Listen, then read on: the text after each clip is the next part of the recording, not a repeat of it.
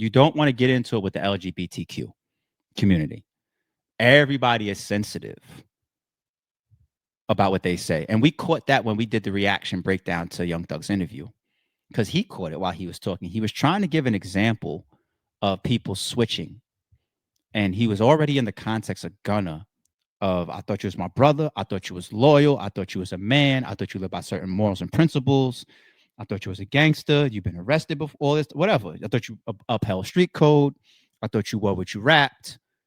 And then he started to veer off into an example. Like, for example, if I find out that you gay, but, and then he then caught himself and he started to scramble and try to clean it up. Right.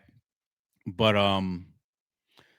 some people are going to say, wait, hold on, pause, rewind that. What did you say? Where do you stand? How do you feel? Now, Young Thug's supposed to get a pass because he himself gets a whole bunch of homophobic response from people and gay accusations from, hell, he said it in that interview. He said YFN Lucci was tweeting him about his dresses and being gay and how he dressed and painting his fingernails and everything. So people shouldn't even bring this on Young Thug. He like, shit, I get bashed and I'm not gay and not neither. But the points that he was making made people feel away. So will this get legs? Young Thug, I'm not homophobic, but if you aren't openly gay, I don't trust you. You see, they pull this type of direct statement out of that point he was trying to make, with or without context. All right, Young Thug says he doesn't trust people. You know what? Let's just play the clip. Let's just play the clip again. Where is it? Is it here? Was this it? I think this was it right here. Once you rat or once you turn gay, and I don't got nothing against gay people. It's gay people that work for me. But when I look at you a certain way, if I look at you, if I meet you and you gay, it's like, okay. If I meet you and you portraying that you a man and you not gay, I don't got nothing against gay people. Yeah, no, you know what I'm saying? If you portraying a certain thing, you deceiving. Right. Yeah. I can't look at you the same. Yeah. I ain't mad at you for being gay. So what? Everybody, whoever gay, they gay. So what? I don't got no problem with gay people. Gay people work for me right now. Yeah. I'm damn near around gay people every day. Cause they cleaning, right? He's cleaning. I don't got no problem with them. I don't hate that I even brung this shit. I don't want you to take it out, but I hate I even brung it up. Cause I don't even want the LGBTQ. They get what you saying. I don't even want that community to even think that I'm against them. I'm overly with y'all. You saying DL, bro. That's what you speaking of. Like if I look at you like a man and we together, girls together, and we doing certain shit, and I look at you and a man like boy, that nigga, and then I find out you gay, it ain't really nothing you can say to me. Yeah. I'ma just look at you like you broke a man code. You broke a code that men with backbone stand up to. You broke that code. You can talk, you can say whatever you want to say. You broke a man code. I don't look at you the same. But in real life, I don't even want to hear what you got to say, but you still supposed to be a real say, I'm finna say it. I don't give a want to hear it or not. I'm finna say it to make sure he know. And that's why I'm doing this interview. I'll give y'all a little. I had one of those experiences. I'll give you a little story on that one for me. I feel like I might have said this story years ago. We'll revisit it.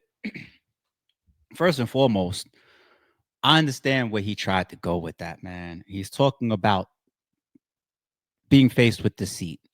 It's just when people talk about being faced with deceit, many times an example that comes to mind is closet sexuality. Okay. And let me try to take a shot by saying it could happen the other direction too. Okay.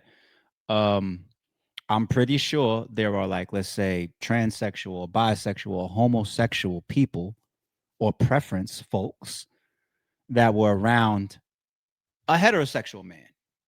Right. And maybe you thought he was different and then you found out he's not, he's heterosexual and you felt away. I think it could happen both directions, okay? So let's be fair about it. Young Thug, you should have said that. You could have added that. But let me talk about deceit and why I think there's still a lot of people that understand where Young Thug came from right there. So I'm gonna just say, I'm gonna call his name C. Reese, you know who I'm talking about when I say C. Matt, you know who I'm talking about when I say C. Justin, my brother, you know who I'm talking about when I say C. And if you don't, it's the guy that you got into it with on the party bus when we was going to AC. C, the short, stocky gym guy, right? So I had a homie C. We had like a group of gym guys, like based on the gym day, like niggas would train together spot. You know what I'm saying? And my man C, he worked out with us a lot. Very strong guy, built little tank. You know what I'm saying? And you build a camaraderie sometimes in certain places. You could be in church and every Sunday you see somebody. Next thing you know, y'all hang out or whatever. C was somebody that we worked out with for like a year plus. And then you know how guys be in the gym or whatever. Yo, what y'all get it? Yo, we going out to the club tonight or whatever. You know what I'm saying? You get the invite sooner or later, right? I didn't seen C in the club with us, chasing down women.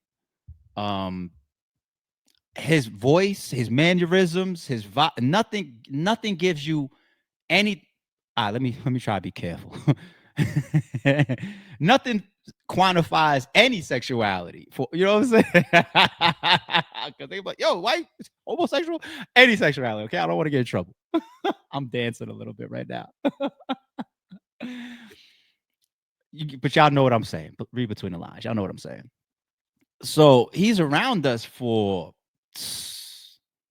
years, like at least 2.5 years, maybe 3 years, right? C's been in my crib a bunch of times. I had a crib. This was my younger years, and I was one of the people that you know is having like the fight night parties. I had a little bachelor pad.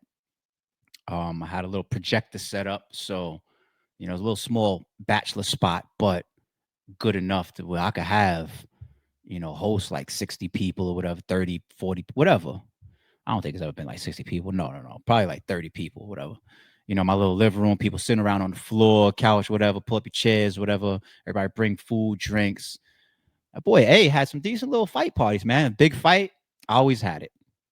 C's in there with us, hanging out. He's been around. This is my home. You know what I'm saying? My crib. I'm just using that example to show y'all how close he got. Close being, that's still cool. Still cool. No problem with C to today. Oh, wow. I actually gave the example of it happening in reverse from a homosexual, for example, then feeling a way towards a heterosexual, but it's not because of a preference being revealed by the heterosexual, right? Because you know me, you've been around, you've been in my crib, you see what's going on with me. You've been in the club, you took them drives back from the club and seeing what I was on. You know what I'm saying? So it wasn't about me. But we in the gym one day, and we're in the locker room, right? It's me and him in the lockers, and we're about to go train. We're not leaving. And a dude walks up on C. It's one of the most awkward things I've ever experienced. A dude walks up on C, 100% like has the flaming mannerisms. I'm talking about, hey, all like that presentation. Like I'm talking about the type of that you would expect the shirt to be rolled up and knotted, like that. You know what I'm saying? Which is still a cool thing. But walks up on C. C, is that you? Where you been? Blah, blah, blah. I'm standing right there. I'm literally like 3 feet from right next to me. I'm just like, right? Where you been? Blah, blah, blah. Oh my God, I haven't seen you so long. My man C, I'm looking at it. I'm watching the conversation. My man C, he's like in this shocked moment. And I could tell clearly he feels like and then this is like a complete contradiction. Right? The way he was answering dude is like as if he wanted him to go away. He was being short with him. He was like mumbling to him and shit. But I'm right there. It's like it is what it is. He's like, yeah, how you been? Yeah, nah. And dude's even like calling out spots. Like I don't remember the names of them or whatever, but I assume like there's spots where people of certain preference go. I'll just make up a name. Why you ain't been to Edgewater in so long? When's the last time you been there? They start saying other names and stuff. Cause you seen blah blah blah blah blah. he really, really, really knows C.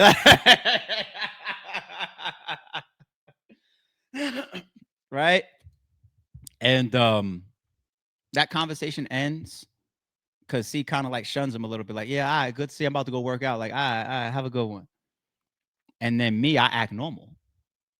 You know, I'm just like, all right, yo, we ready? It's like it's in my mind, but like how just I'm acting how I'm supposed to act in this situation. Like, yo, about to get this workout. Are you ready? Like, and he's got this awkward vibe towards me, awkward on 10, like scratching a chalkboard type of awkwardness. You know, it's like it's right in between us. It's just like that conversation is right between us, and neither one of us are saying anything about it. So we just both try to act regular. I didn't see it, you didn't see it. We head out to the gym floor, on everything. He says, I don't remember what he said, but he says something to me, and he never came back. You know, never worked out with him again. Not by me. He stopped talking to everybody in the whole gym circle. Reese, Matt. He stopped talking to all of us. Now, I would then bump into or have a fight party. Oh, you seen Reese? I mean, you seen C? You spoke to him? And I ain't speak to him. I haven't spoken to him in a while. And then I might tell him, like, well, let me tell you what happened last time I seen him. I think that's the reason why he's not talking to nobody no more. He felt like he was outed or something, And it wasn't us. Nobody hit him up and said, yo, now that we know this about you, no, nobody said nothing to him. Nobody did nothing to him. You know what I'm saying? He reacted like that. He said, I feel away and I'm not going around nobody no more. I don't remember even seeing him in the gym. And I don't know if he changed his gym membership. I was on everything. I don't even remember seeing him in the gym after that. I think I crossed paths with him once in the street, like in the city. I seen him by chance. Oh, how you been? You good? And we kept it moving. But he just disassociated from everybody. Point being, he disassociated, and he is the one with that preference because he wanted a certain presentation of what he felt everybody else was, which was heterosexual. So it doesn't just happen from heterosexual towards homosexual. Homosexuals do that in the direction of heterosexuals as well because of a certain presentation that for whatever reason you are trying to uphold. Okay? So that's deceit. That's deceit. Things could have even been a little bit different amongst everybody's vibe and energy. And even you would have left the gym and found another place to work out and all that if that moment would have happened and then you would have just kept it real with everybody. This is me. Remember the Eddie Murphy skit? Was it Delirious or Raw? Or matter of fact, or was it Martin? Was it Martin that did it? He was like, yo, it's cool. No, it's Eddie that did it.